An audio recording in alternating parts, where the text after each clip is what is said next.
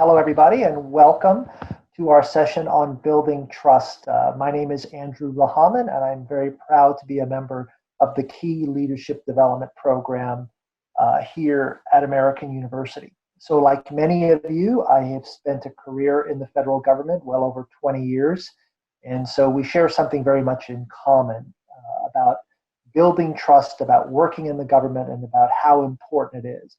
I often like to say that trust is very much the foundation of success. Trust is very quantifiable. We know when we have it, we know the benefits, we know when we don't, and what the cost is to ourselves, our peers, and our organizations, and how people show up. So what I'd like to leave you with then at the end of this session or during this session is some insights and some ability to assess the level of trust in your organization and your own trustworthiness. That is, your own trustworthiness. Be mindful then of the results of what trust looks like in terms of when it's working well and when it's not working well. Identify the characteristics that engender trust. How should you be showing up? How could the organization be showing up? Discover some common trust techniques or behaviors, and those behaviors that go around to building a culture, an organizational culture of trust. So if trust is the foundation of success, then culture to me is an organization's secret sauce. So I want to thank also Rahaman, who is working in the background with us today, and will be operating some of the polls that we'll have during this. So this is an interactive session. And to start us off with, what I'd like to do then is to have you think about how is COVID-19 affecting how you lead. So in the chat box, if you could, just start to type out some ideas that you have. How is COVID affecting you now and how you lead? So we come from a place at AU where we believe that leadership exists at all levels. So how are you showing up then when you think about the COVID? And so as we start to get some responses, I'll ask Rahaman to read them out to us. Got it, Andrew. So a little bit more. So we believe at AU that leadership really exists at all levels. I mean, can a person, an individual, start to create a vision and lay out a direction for an organization? Do they have the capacity to start to align people to that direction, both in their ability to bring people into a common vision, seeing it, helping people see how they relate to that vision, align resources, and then engender commitment to others and to the vision itself. So for many of you, you're now in week 6 of working from home. And if you're not managing others, you're certainly managing yourself and you are influencing others. So when we think about how is it that the COVID-19 is affecting how you lead, really talking about what's different, what are you having to do now? So Rahaman, as they have a few words, we'll take them. All right, Andrew, we've had a lot of great insights and sharing.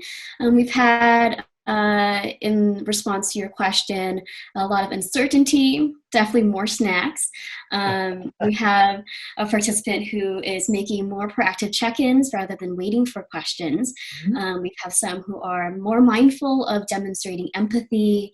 There are challenges as well as one has expressed it's been harder to lead virtually, while others, there's a lot more interactions via Zoom and other platforms to check in with teleworkers, and a lot about communication barriers, that lack of in-person, interpersonal interactions. But a lot of positivity too, being flexible, lots of active listening, checking in, sharing positive articles about leading remotely, and that's great. Yeah. Those are all fantastic comments, and clearly this will be one of these events for many of you in the government and in private practice. So I suspect most of you are from the government here today. That will really make us rethink about the way we work. And the way we work, while it might sound transactional, there's actually a transformational piece to that, which brings us to quiz number 2.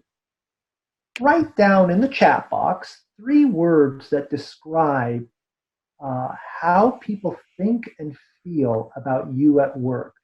So I say that we have a sense of having to develop our own self-awareness.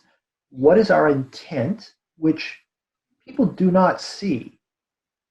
And we know when we have self-awareness is our intent matches the impact of our behavior, which people do see.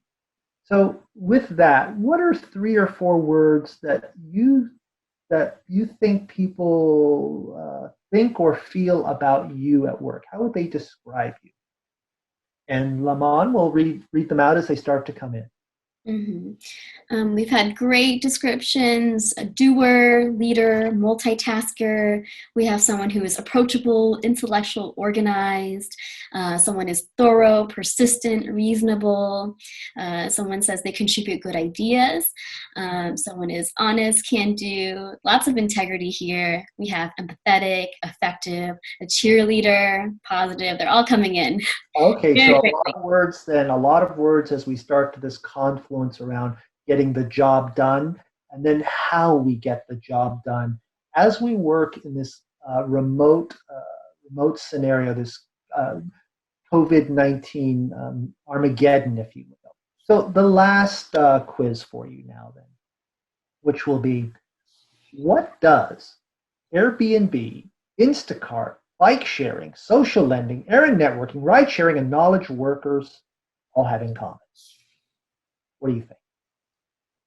Take a moment and you can write down your answers in the chat box, and Lamont will read them out for us. That's a really great question, Andrew. We've had a lot of answers so far. There's an answer about people, trust, communication, cooperation, providing a service to others without owning anything.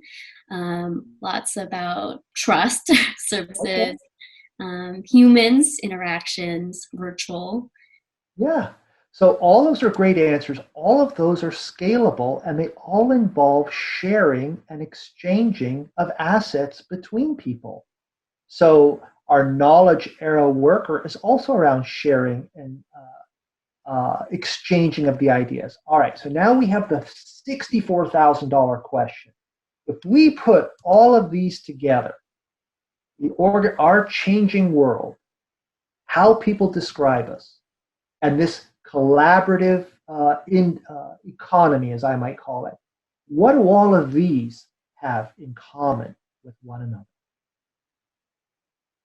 Just write those down in the chat box. So what do these 3 have in common? Trust is a commodity. The future can be better. We have an answer: the need to interact, the unique value proposition, adaptability, lots of adaptability. Okay. Some of our skills will be applicable to new economy than others. We need to shift. So just a nod to adaptability as well. Okay. So really, we had a couple of great sentences there, which is trust is a commodity. Trust is a commodity of value. Trust has become valuable in every single one of those. As we adapt to a changing workforce, we have to be able to trust in the people that work for us. So in her famous collaborative consumption TED Talk, Rachel Botsman remarked, reputation is becoming a currency that will become more powerful than our credit histories in the 21st century. Our reputation, then, is about trust, how we see ourselves, do others experience us in the same way. As we move into more of a knowledge era and working remotely, can we trust ourselves and trust others? So we're working remotely. Can we empower our staff members, demonstrate trust behaviors that make people feel empowered, not only transactionally giving them work to do? And do we feel good about our own jobs and ourselves that we too can be trusted? So if so, people describe us then as trusting, and this person is a trusted source of information. This person can be trusted to do the right things. This person has a set of values that guide their decision making. So we finally have gone from this, or we're going from this area where we're trusting people, all the way from sharing online with people to buying things over our work, over the internet, to using the internet as a marketplace. We trust people to come into our homes if we have an Airbnb, or we jump into a car with a complete stranger, and then of course we pay for them, pay for that privilege of jumping into the car with them, of course, while we're suffering through all the Pine Sol and the Febreze air fresheners that they have.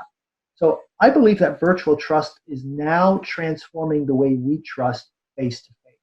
And that has implications for businesses and for the collaborative economy. It has implications when we think about trust then as our reputation and the value that we have. So this is a question that I like to ask is, what changes are happening for people and how is this affecting how you lead? And so if we look at some of these answers, we're having to use an adaptive approach. As somebody said, we're adapting to this new work environment and to the people around us. Boundaries are becoming a little bit more blurred. We are no longer stovepiped into the bureaucratic organizations. There are expectations that we can now actually work across boundaries. So we need to be able to trust people, trust our people that work for us and our teams with us. High performance teams now working virtually. This is a hallmark then of really being able to be successful. Is there trust in the team itself? So when I think of change, it often happens very incrementally. That is, it's slowly over time. Sometimes we have complete disjunctures that force us to look at our own mental models, how we see the world, and consequently, how we have to interact with the world. So let me give an example of that. So for most of us, we think of a Michelin star restaurant as a quality meal where you sit down, possibly in a high couture type of environment. Now, who would believe we can actually get Michelin quality food? And in fact, there are Michelin star food vans that are currently over there, currently circling the city. So we've had to change our mental model around that. So we have to also change how we work with people. So let me give you an example of this. Last week, I had a conversation with somebody out in California, and he said to me, we used to let our people telecommute 1 to 3 days a pay period, meaning every 2 weeks. He says, now at the senior leadership, we're having conversations. Why aren't they just coming into the office 1 to 3 days a pay period and letting them telecommute for the rest of the time? So naturally, being an executive coach, I asked, well, what's been holding you back? And he was very distinct. Trust. Not only my trusting that the person is actually working, I have to extend that trust to others and get out of my own comfort zone. I have to trust myself. So trust is becoming essential then for individuals, especially those in leadership and managerial positions, because employees will respect and more readily accept the ideas of those that they trust. Trust improves the relationships overall, and that's commodifiable. It reduces stress, certainly. It improves reputation. And in a knowledge era, we need innovation. So if we're holding people back with a lack of trust, especially in a teleworking situation, innovation just simply isn't going to take place. Trust then is essential for any organization to succeed in today's increasingly competitive marketplace for talent and for products. So we have found that organizations that have high levels of trust also are more credible, productive, flexible, and innovative. So Amy Edmondson from Harvard University believes that trust is the new economy in a collaborative work environment. More and more in a knowledge economy. That is, it is the knowledge, the ideas that people have, that people bring, that organizations bring, that really add value in the marketplace. So it stands to reason that we need to hear from people. And yet, the research, the data are overwhelming that many people feel they can't speak up at work. In many companies, it might be as many as half the employees are reporting that it really doesn't feel safe to speak up. That means we're losing enormous value. And so if we aren't hearing from people, we may be missing out on a game-changing idea, that could become part of a new product or a new service. Or we might miss an early warning of a threat in the market that someone saw but felt unable to bring the bad news to their boss. So trust becomes really important. So in the chat box, what words do you associate with trust? Write down a few words. What words do you associate with trust? Hi, Andrew. We have a lot of great insights coming in. We have honesty, transparency, integrity, moral, follow through, delegation. It has to be mutual, dependable, confidence in the individual. There has to be history, honesty again, compassion, confidence, and accountability. Okay, so we're hearing some words then that meet the definitions that we know from the Oxford Dictionary, Merriam-Webster, Macmillan. We're also hearing words from more contemporary writers like Stephen Covey, who associates trusts with character and competence. Character is integrity. Integrity is will you do the things that you say you will do, and can you do them with positive intent? Competence then is, can you do the things you say you will do, and do you have a record of being able to complete those? When we think about that, then trust and these beliefs, put it into a practical level of thinking. Think about 3 people you interact with in the workplace. Colleague A is someone that you really trust. Colleague B is someone that you mostly trust. Colleague C is someone that you have reservations about. So as you think about those 3, think about the times that you've interacted with them. Did you trust each other, and did you fully trust whether or not they were going to show up to do the job, and how did that leave you feeling, and what was the impact then on the organization? So we know then trust has implications, and a lack of trust at work often results in things like silos, organizational silos. We have a lack of information sharing. We have decisions take much longer to make, and the team performance typically slows down. So when we think about trust, we're thinking about other people of trust, but organizations are webs of relationships. So people are also thinking about us in terms of, are we trustworthy? So that requires a little bit of humility to be able to answer that question. So what we'd like to do then is to just be honest, be a little bit humble, and take a poll, if you will. So we've got a poll. So what I'd like you to do then is to go through the poll, just take about a minute or 2, and answer each one of the questions. So Lamond, or Bree, will you pull up the poll for us? Sure. So as you see it, 1 meaning low, 4 meaning high. So if my actions are consistent with my words, I'm reliable and I do what I say, on a scale of 1 to 4, 1 being low, 4 being high, where would you say you are? And then go through, I think there's about 10 questions.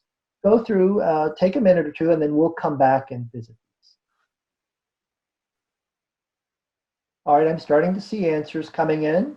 We're seeing 6%, 10% of the group has voted. That's great. Don't spend too much time just thinking about it. Just you'll know in your gut where you are.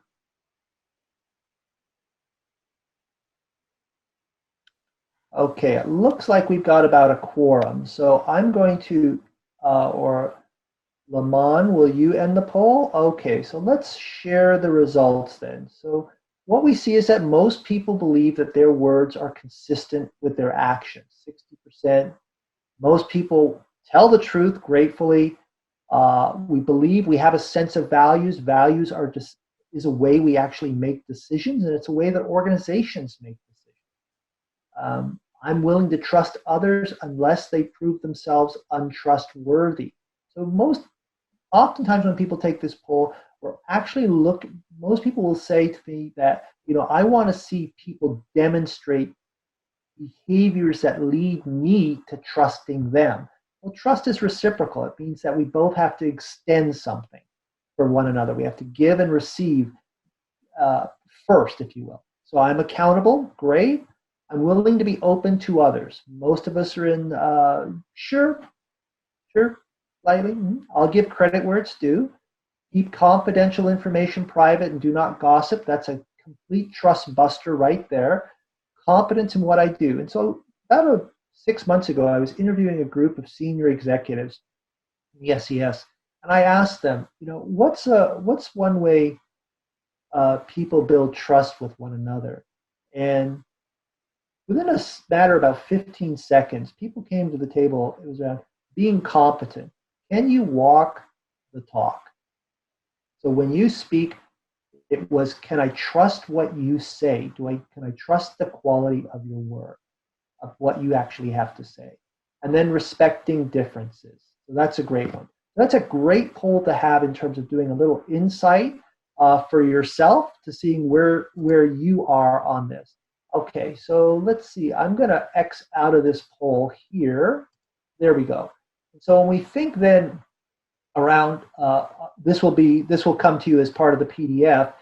Think about it, depending on how you voted, it gives you a pretty good idea of what does it look like in terms of the general public.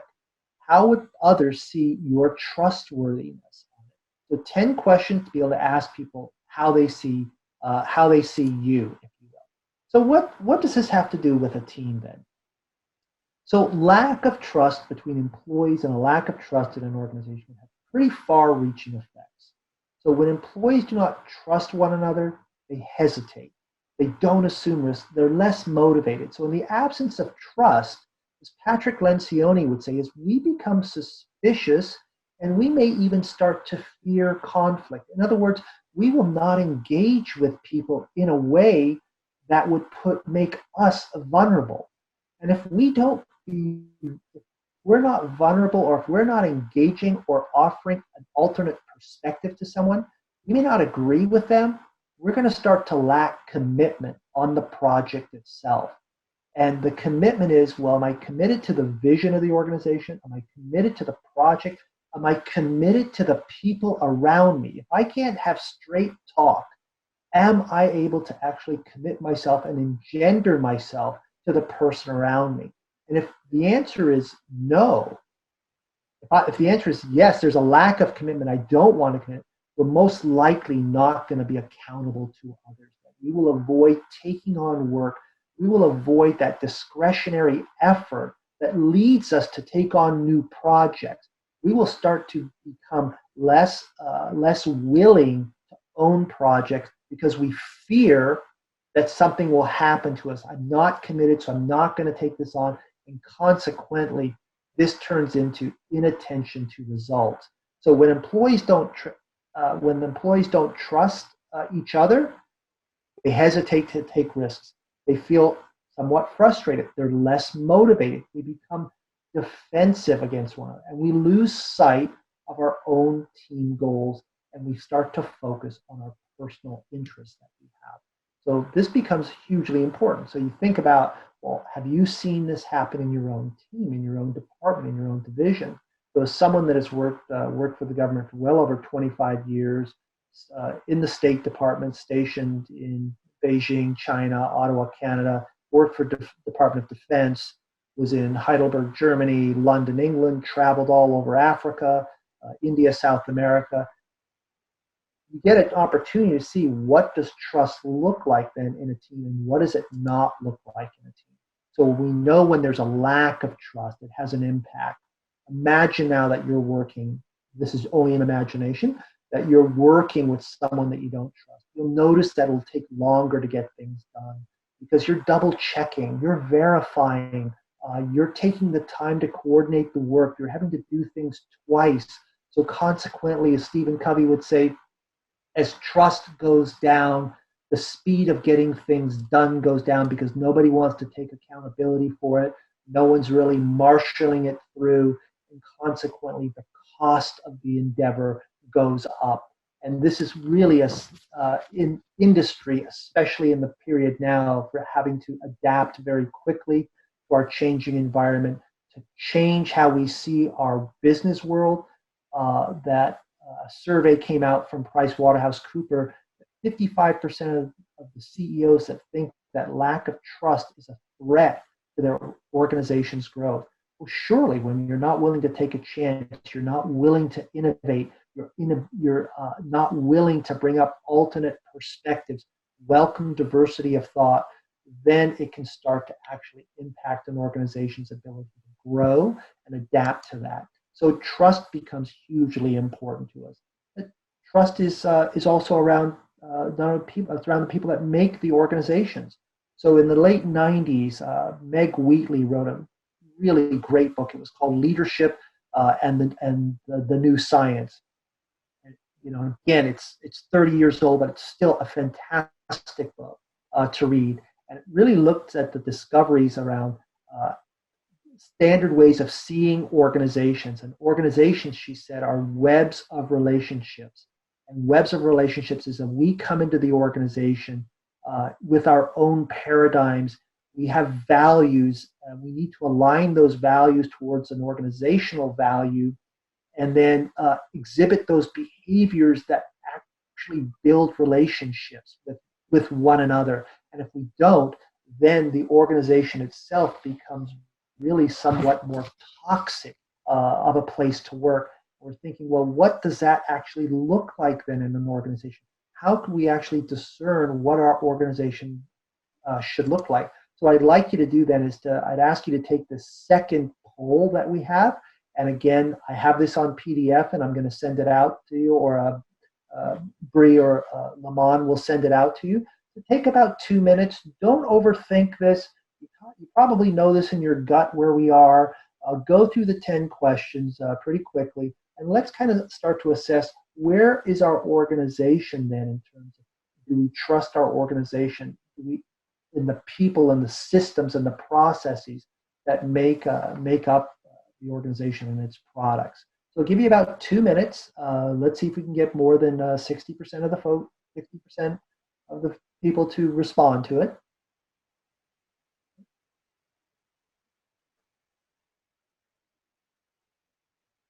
So 1 being low, 4 being very high. So for instance, in my organization, policies and procedures and systems are in alignment with the organization's visions, missions, and values. So 1 being low, 4 being, yeah, that's absolutely right. Our processes, our policies meet with our values. We make decisions on our values. Our values support where we're going and our process. Second one, internal and external communications are transparent and clear. We often see those results come out in the FEV scores. We're seeing that 30% of the people respond. Management is quick to respond to employees and customer ideas. That's about also innovation and adapting, and a serious part about being able to trust what our employees hear and do. Management cares about the employees. Let's see, today is Wednesday, I believe. On Monday, I had a conversation with somebody in a coaching call, and the person just directly told me, this person, they just don't care about us. They want us to do a job, and they give us a salary, and that's the extent of the relationship. A little disheartening to hear it. Nonetheless, that was this person's view. Okay, so we've got about 55% of the people that have voted. So we see some really good results here then, and some important ones where we have to start aligning. How are we showing up in the organization? And then consequently, how are we viewing the organization itself? Are policies and procedures in line with how we make decisions and what we actually value? So if we say we value teamwork, yet we reward single players, or we don't allow teams to collaborate, then there's a disjuncture. Are the communication lines open and clear?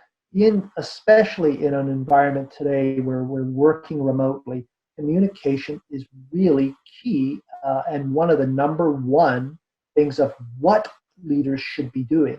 They should be showing up candidly, and they should be communicating clearly and transparently across the boundaries. We also see things like the management cares about employees. So I mentioned the story, coaching call I had on Monday about that. So when we think about the organizations that we go to work for, and especially in a telecommuting, telework, it goes beyond the transaction that we have. It really has to do a lot about the relationships. If you think about the people that you work with, hopefully you care about them. And they care about you. When you think about the neighborhood you live in, I've had people tell me, yeah, I just love my neighborhood. I wouldn't move for anything.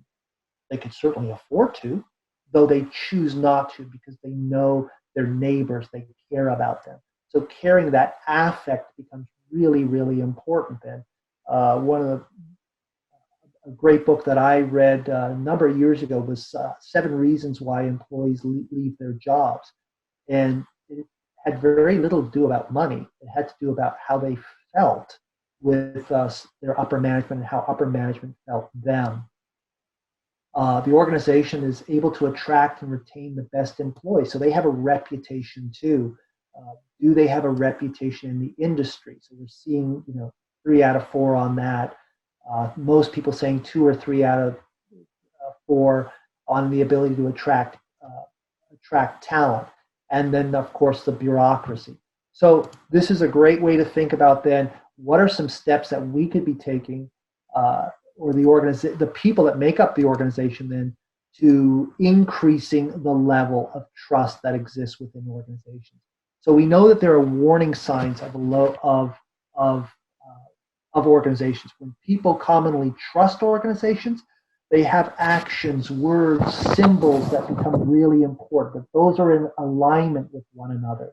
When they have communication, the internal matches the external. It reflects the values and the behaviors of the organization.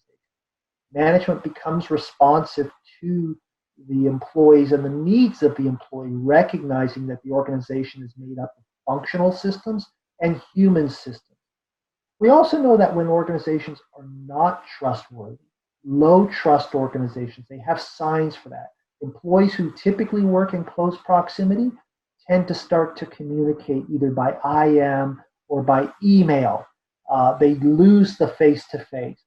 There seems to be a lot of water cooler talk, as I say, complaining, complacency, a little bit of a lack of direction. People do a lot of gossiping, talking behind each other's backs. And managers oftentimes don't make themselves available.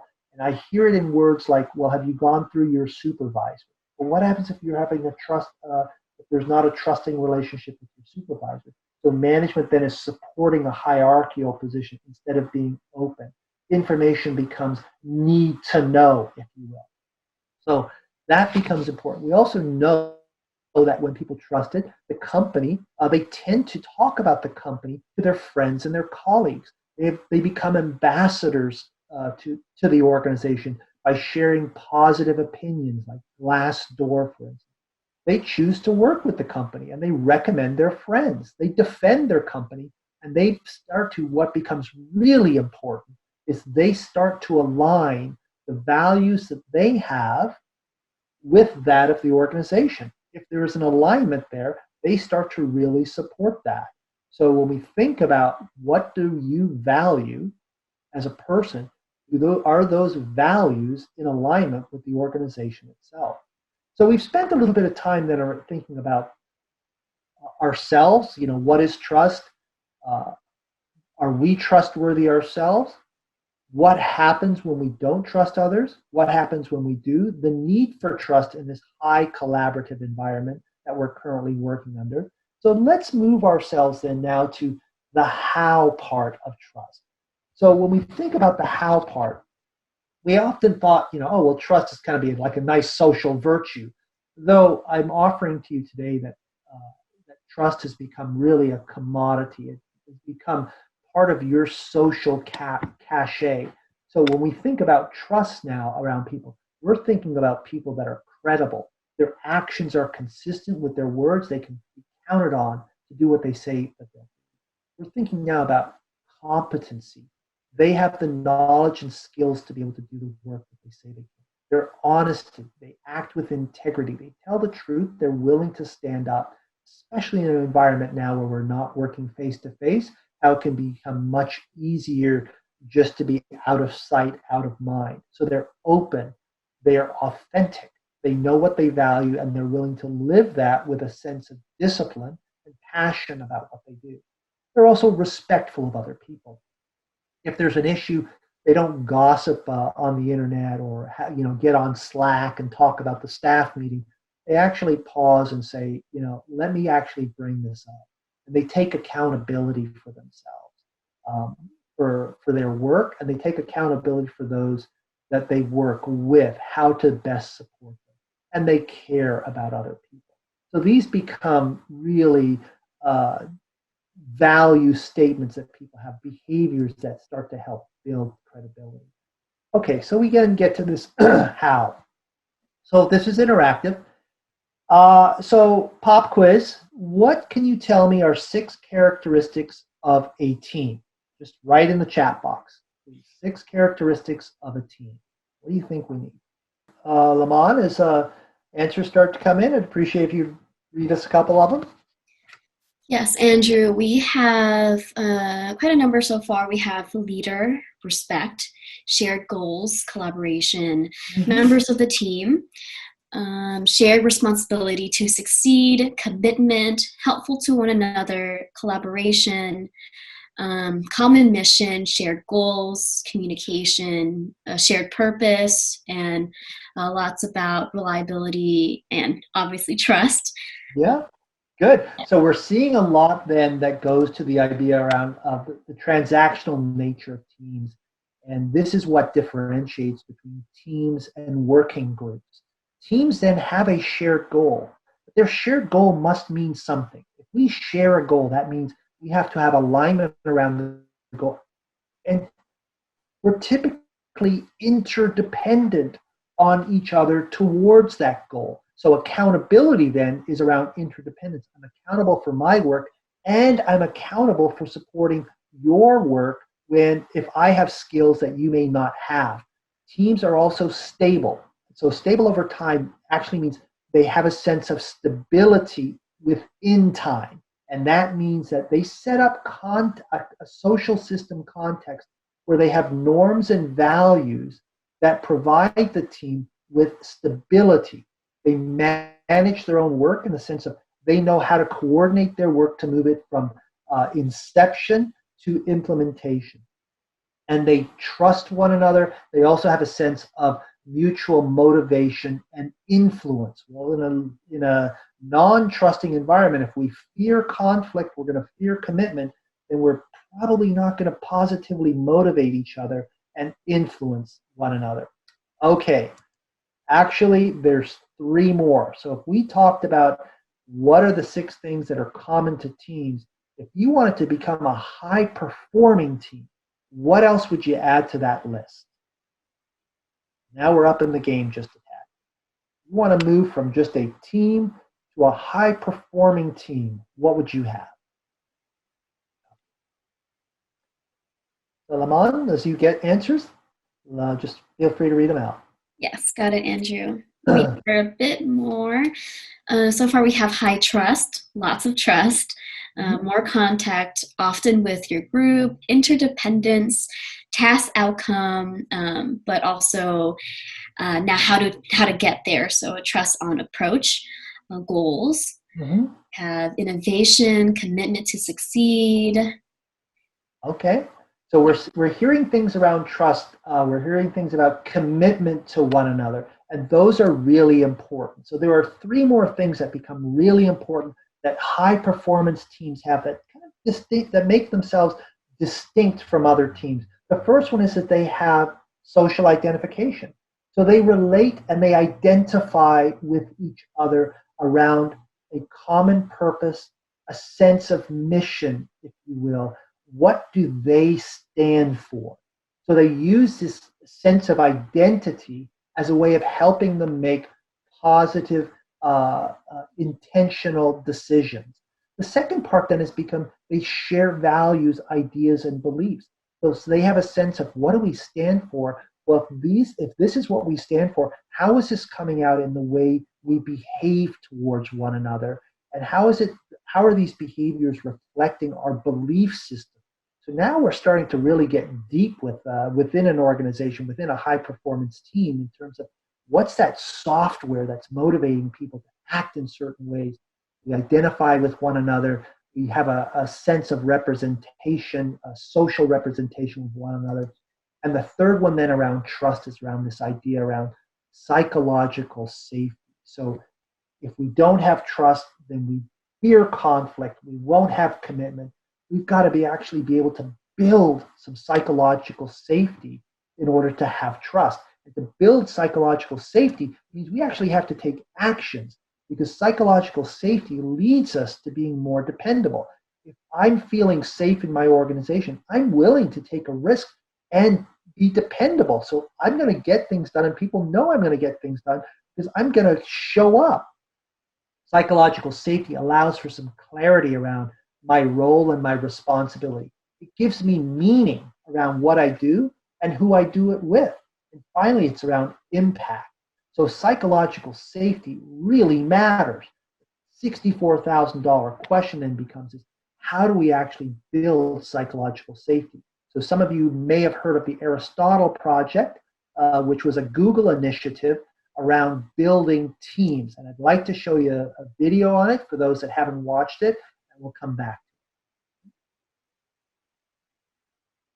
So everybody wants to be able to say, well, how do I actually develop the team? And so think about the people that you've hired for your team. Oh, well, the person's got to be like me, or, oh, they may have gone to the same school, or it's a little extroverted like me.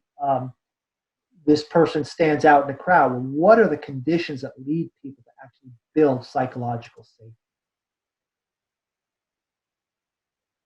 One of the biggest questions is how to build the perfect team. And in fact, about 4 years ago, Google invited me to come spend some time with them because they were in the middle of a big project called Project Aristotle, a huge data study to try and figure out how to build the perfect team at Google.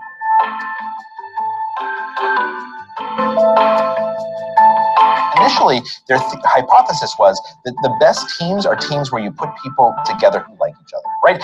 Maybe you need a good mix of extroverts and introverts. Maybe you need people who are friends away from the conference room. And so they looked at the data and they did experiments, and they found that who was on a team actually didn't matter at all. They couldn't find any correlations between team membership and team success. So then they started looking at how a team interacts. And this is where suddenly everything became clear.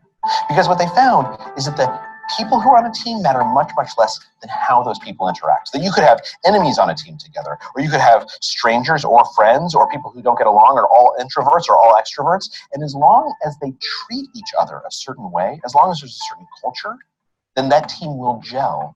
So as they started looking at these behaviors, what they found was that there were two in particular that mattered more than anything else. The first was called equality in conversational turn-taking.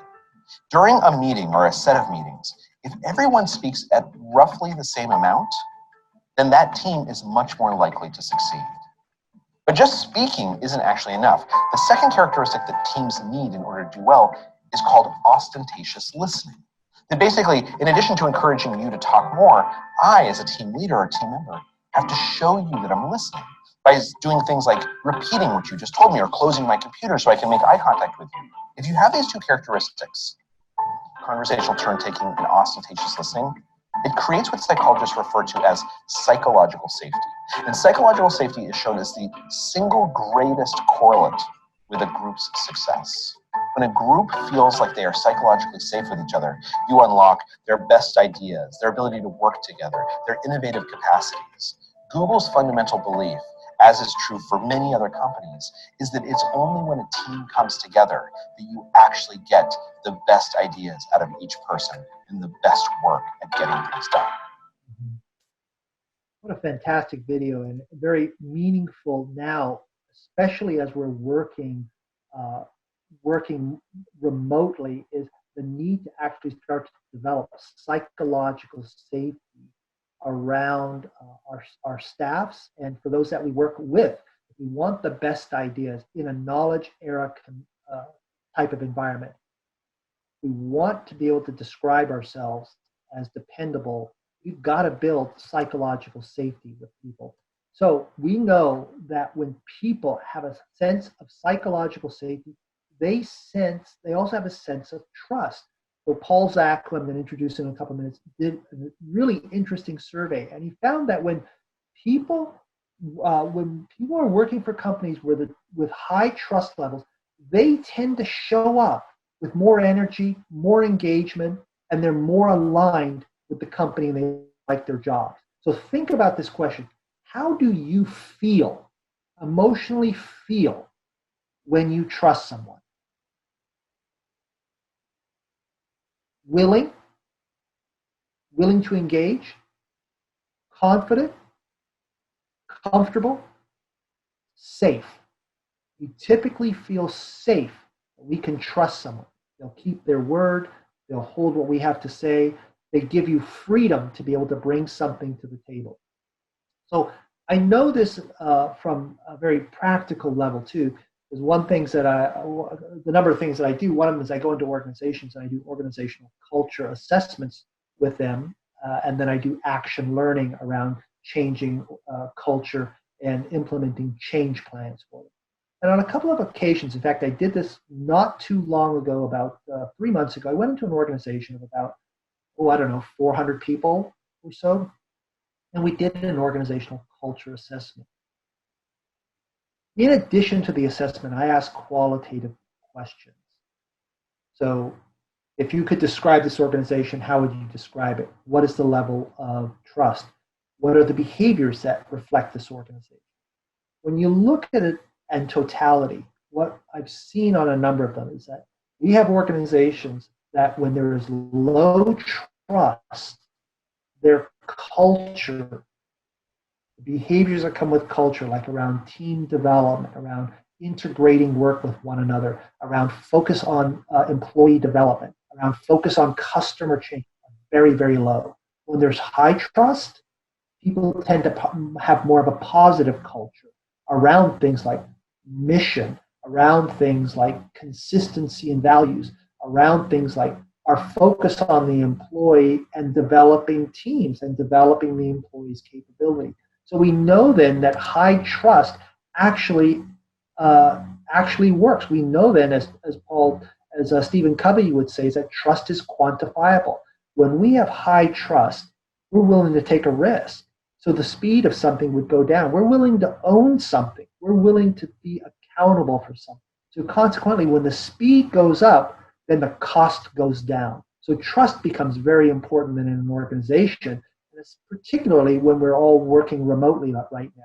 Being able to actually be able to develop trust through psychological safety, active listening, ostentatious listening, ensuring people's voices are heard.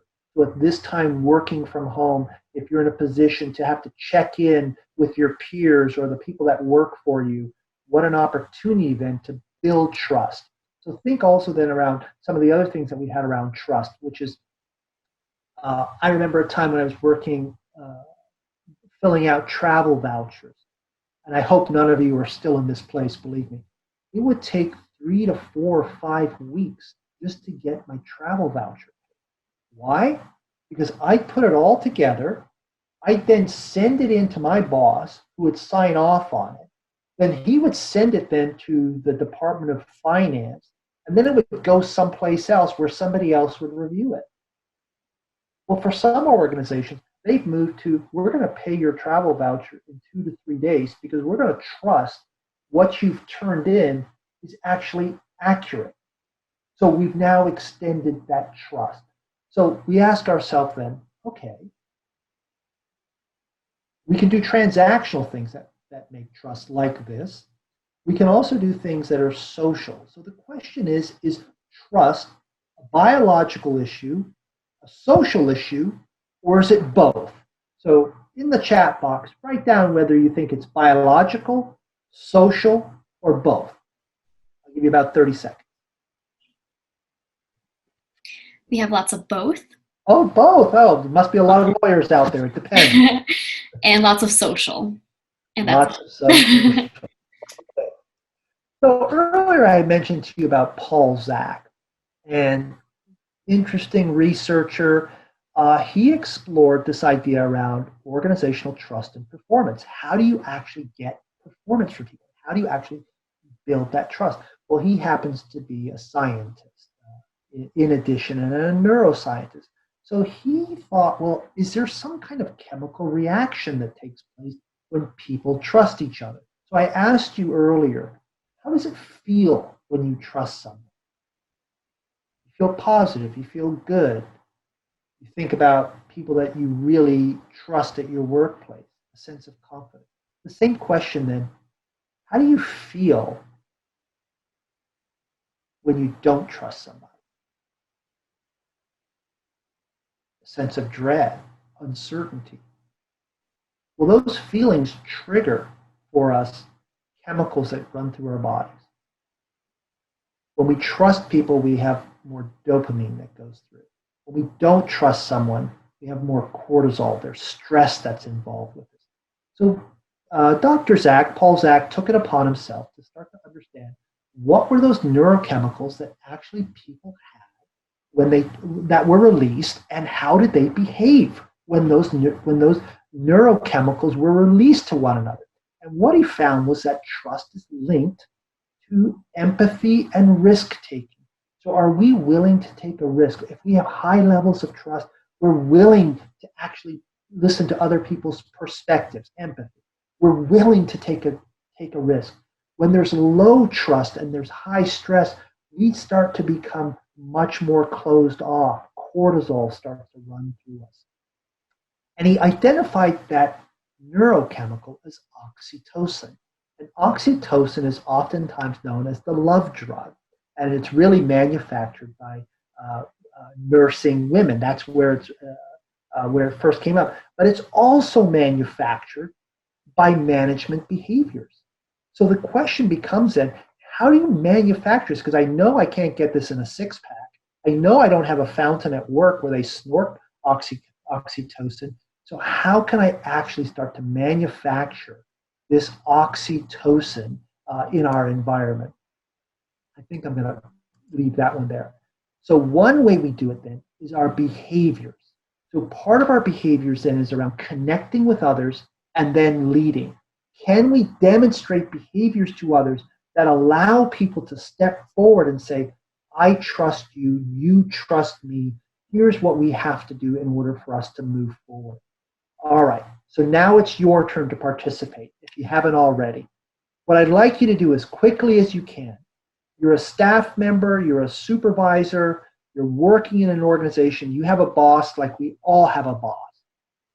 How do you extend trust to other people? What are your top two go-to behaviors that extend trust to others? Please write them down in the chat box.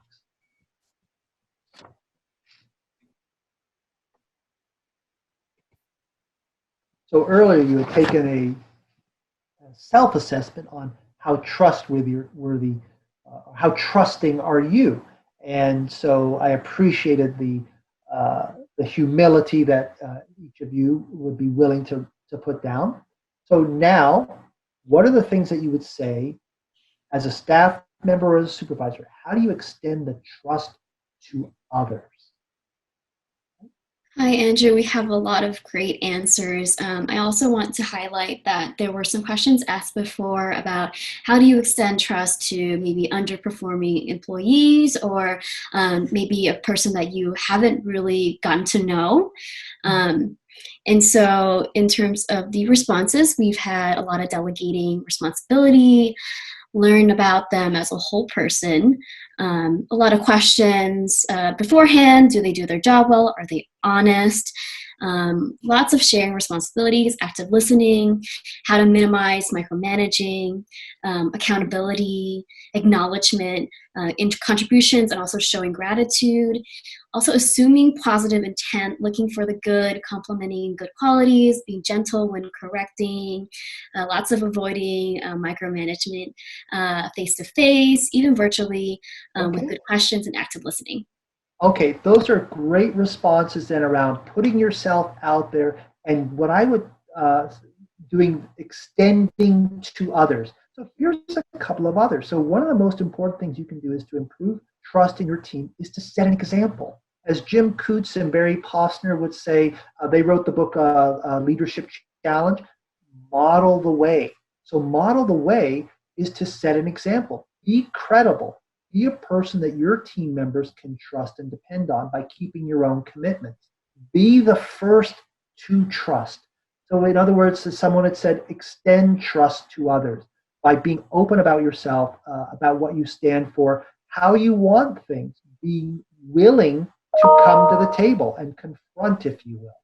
Respect others. Treat people in a way in your leadership style that flexes given the situation. So one of the questions I heard just before you start to read the list is, well, how do you actually do that? Well, when people are new to an organization or they're taking on a task, you have to have a much more direct leadership style, but a polite one. And as people become used to the task, it then becomes a shared leadership. Sure, there's still a reporting accountability, though if we really want to build trust, we're empowering people not only to do the work transactionally, but we are extending a feeling to people that they want to take on and do the work themselves. So great examples: don't micromanage, actively listen, set up systems where people can actually talk. They're not overshadowed in a meeting. So that's a great way then to think about extending trust to others. The second question I'd have for you then is, how do people build trust with you? So in order to engage you in a trusting relationship, I have to want to build trust with you. Now, how would I build trust with you? Take a minute, write it down, write down a few things in the chat box.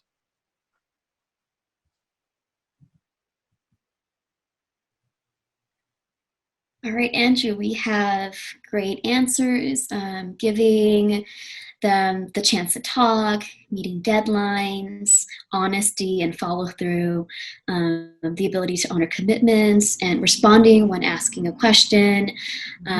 Someone says, do what you said you would, consistency, transparency, and lots of empathy. Right. Great. Lots of empathy in terms of getting perspective from people. So great comments there. So we can continue to establish a solid foundation of trust within our teams.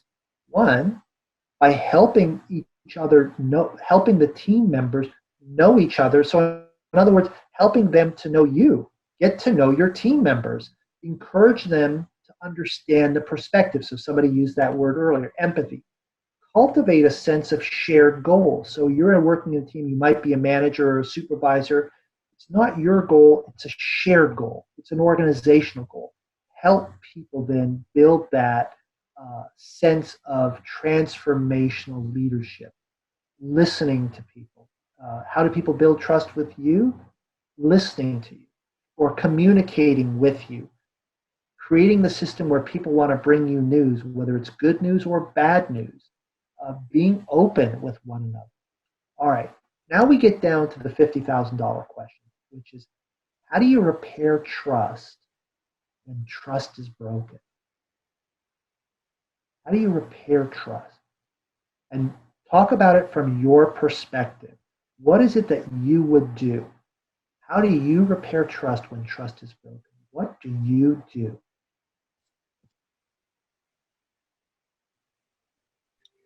Hi, Andrew. So far, we have do better, communication and effective listening, acknowledging the breach, demonstrating empathy again, ask for forgiveness, admit mistakes, be open for more communication, lots of communication, and communicating honestly, apologizing, and being accountable for past mistakes. Those are fantastic. It's what I would call leaders go first, and Amy Edmondson speaks about this. When there's a breach in trust, it is inherent. It comes with the pay grade. You got to go first. You got to be the person that goes first on acknowledging. Powerful when a leader apologizes for not having made it safe in the past. When the leader takes responsibility and acknowledges, I can see that there were things that I did that made it difficult for you to come to me.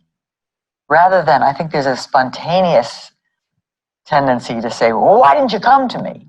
Rather than stopping to think, I wonder what I did that made it difficult for you to come to me.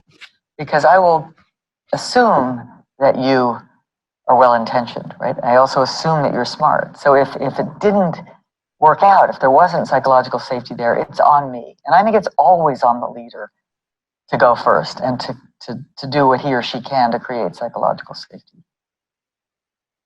So go first. So some of the things that you have said is that we've got to acknowledge that there's been a loss of trust.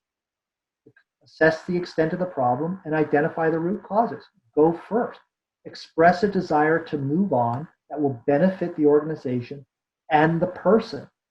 Talk about the issue in less than personal terms. That can be hard because when we think about trust, our emotions are involved around it. Go first, identify the root causes, and figure out what was the issue. We can also ensure that managers themselves have a clear understanding of what is expected of them in a scenario like this. Be willing to look at oneself. Understand what role did I have? The second part then is be willing to give someone feedback. So one of the first questions I heard Rahaman say is that there was a question about what do you do around poor performers or people that are not living up to the expectations of that. Building trust then is enacted in our deeds, in our behaviors. If we're not giving somebody feedback, and I think of feedback very much in terms of you give people 3 positive feedbacks to 1 development feedback. You don't give the sandwich type of feedback. You tell it how it is in very honest terms around the impact of someone's behavior. So if we're not giving feedback to someone, we're actually starting to erode trust because we're not being open. We're not developing the systems that allow people to take a risk. So the onus then is to give someone feedback. And the feedback is, here's the impact of your behavior on the organization, on the team, or on me. And then creating a coaching conversation around that. So feedback becomes very, very important. So I'd say then building trust is quite reciprocal. It's not just the extension of what our supervisors do, it's also what people do for us. So when we think about that reciprocity is we have to extend trust, and people then extend trust back to us. So employees in high trusting organizations really tend to be more productive. We know that. They collaborate with their colleagues. So I'd asked you earlier, well, is trust social or biological? Because most of our actions at work are social. And so those social activities then start to impact us at a neurochemical and biological. So Paul Zak started to identify, well, what are some of those behaviors that we can do to build trust that would trigger that kind of that neuroscience, if you will, the neurochemical release of oxytocin. Well, I'd asked you earlier, how do you feel when you trust someone? Okay.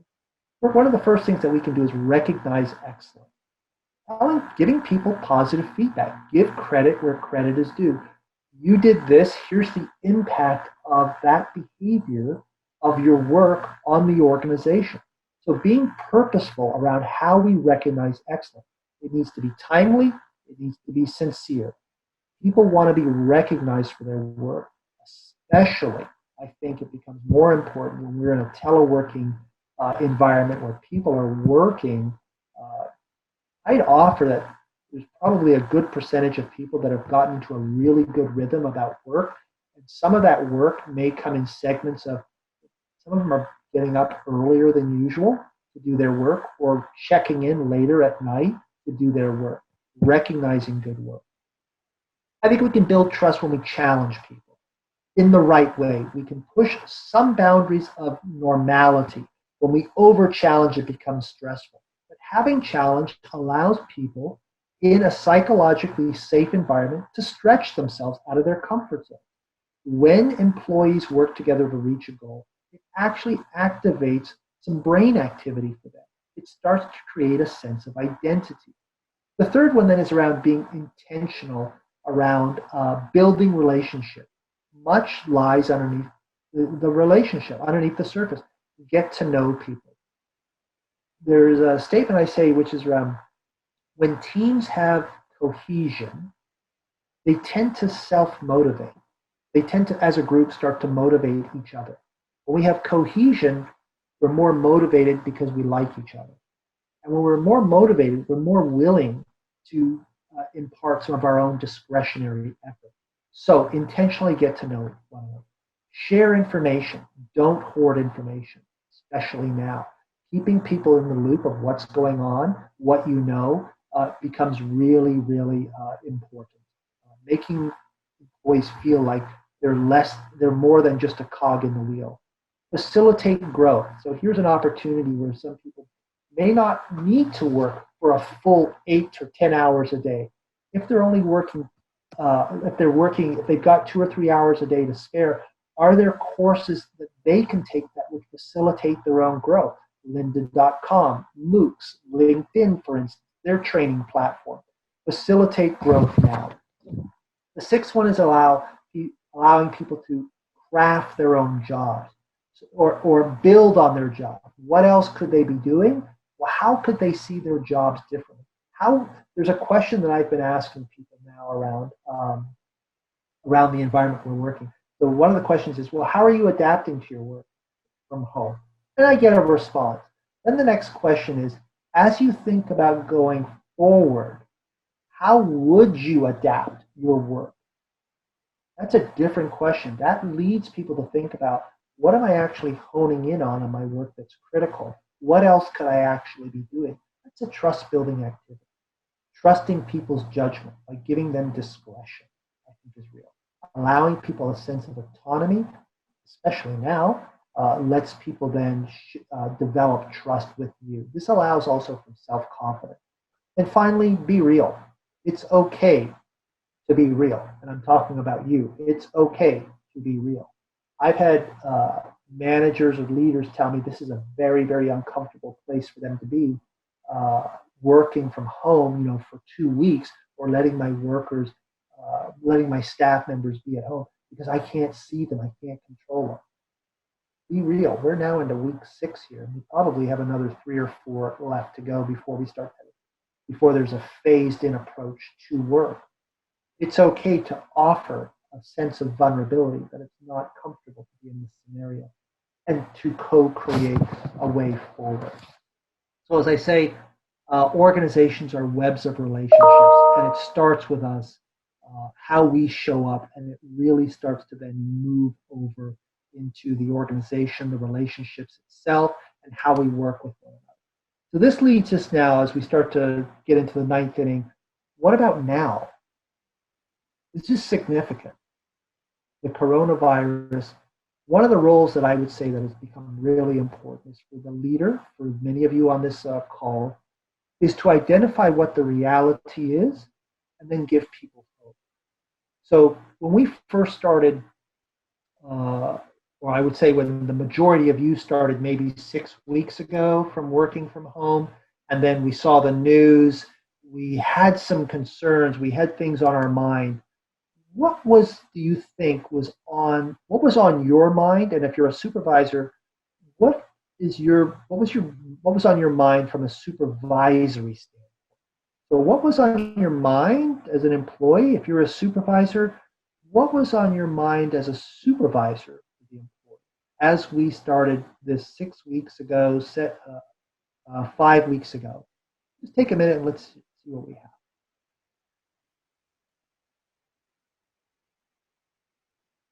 Lamont, do we have any chat answers? Hi, Andrew. Yes, so far we have employee safety and wellness, lots of unknowns, anxiety, lots of making sure that employees, staff, families are safe, planning for an uncertain future, thinking about staff who live alone, a lot of relief that we are staying safely at home, thoughts about job security, thinking about how will we be able to serve our customers, and fear. Yeah, okay, really great answers, because that, I think, is on everyone's mind. Our health and safety. How do I look productive? There are workplace issues. Is the technology going to work for us? A sense of isolation, out of sight, out of mind. There's also that part about, well, how will I look productive? How will I, from a supervisor standpoint, how do I get things done working remotely? The loss of participation. How will I be evaluated? A sense of control. So I think there are things now that we can do, all of us together, and you, whether you're a formal leader, an informal leader, or part of a team member, which is to ensure that there's frequent and candid conversation. That builds trust. Honest conversation. I think we have to give the health and safety issue right now its due, and especially over the last couple of weeks where we seem to be getting mixed messages about, is it safe, is it not safe, is there an alignment? So I think really being attuned to what are some of those safety concerns. Many people are at home with children or with an elderly parent. We want to be safe. We don't want to be in a scenario where we go back to work or send them, daycare, or being someplace. Is it safe or is it not? Being realistic about technology. For me personally, twice in the last couple of weeks, my computer crashed. So going out to actually find someplace where I could actually get someone to handle my computer, and then me going, okay, now how am I going to disinfect this thing? How many Clorox wipes am I going to need to use on this? Rethinking management in terms of what people need to be doing during the day, and honing in on the critical staff. So in other words, honing in on the critical work. So having a real conversation with people about what's important, what's not, and understanding that, for some people, they're probably working 8 to 10 hours a day still. For others, they could be working for 4 hours, being real about that. Knowing that people miss the informal connection at work, the interaction, and fostering that by creating systems where people have check-ins just to have check-ins. And I think giving people a voice. So trust becomes really important. We're in this place now where our reputation becomes the currency. We're adapting to a new world, if you will, and we're living in a collaborative economy.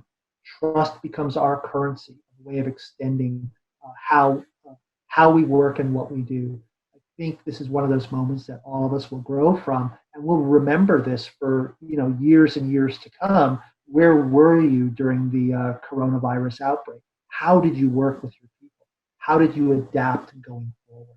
So I'm going to start to wrap this up, and I'll ask you then, just in a couple of quick sentences, what's something that you can do during the next week, this week, next week, to extend or build trust in your teams? Whether you're a formal leader, an individual contributor, what is something that you can do to build trust on the group that you work with? We'll just put those in the chat box.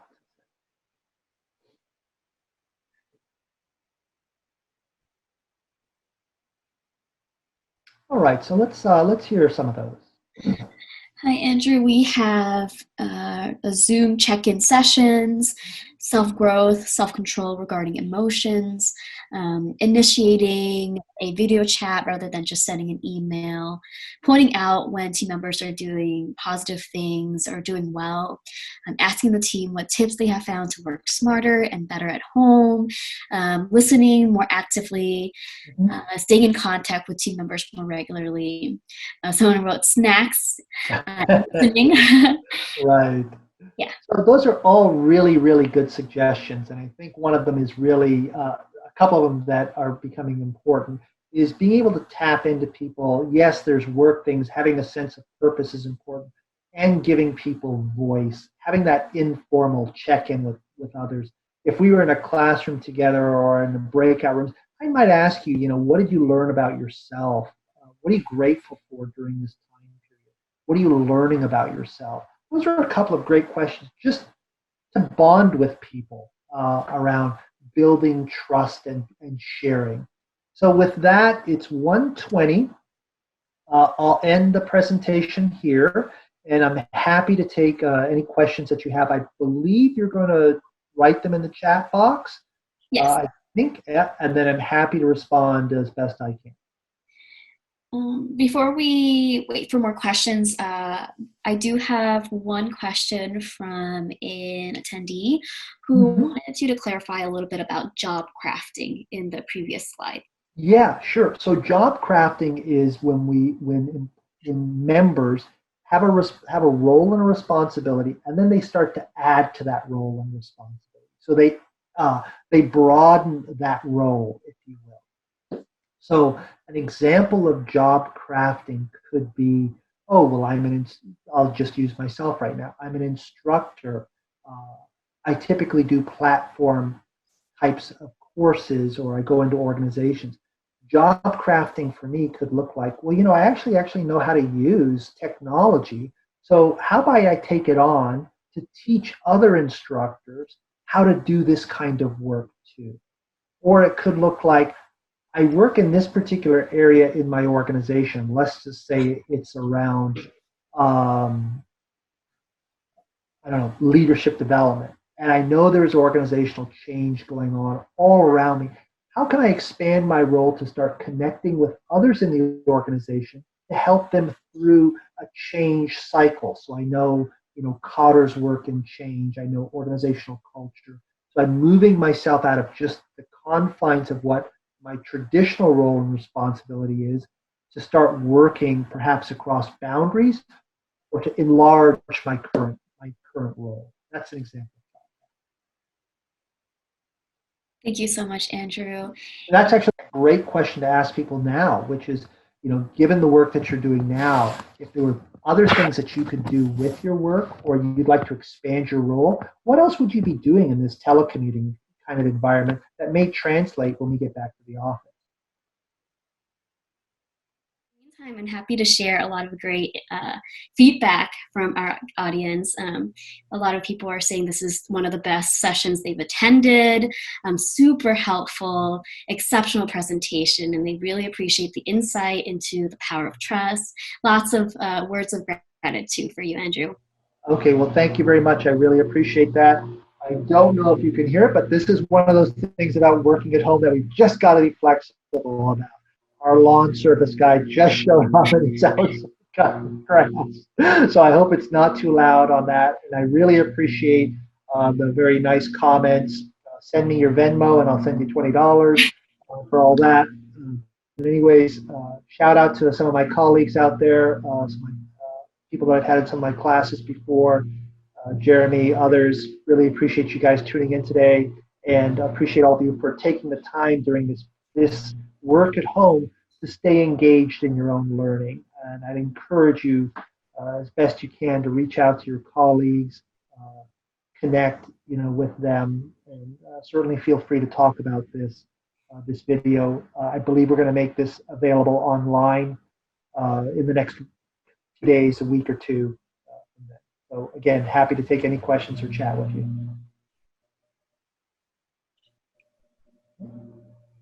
I think that's all that we have for today. I'm not seeing any questions besides just logistical recording availability and things like that. So I think we're happy to wrap this up.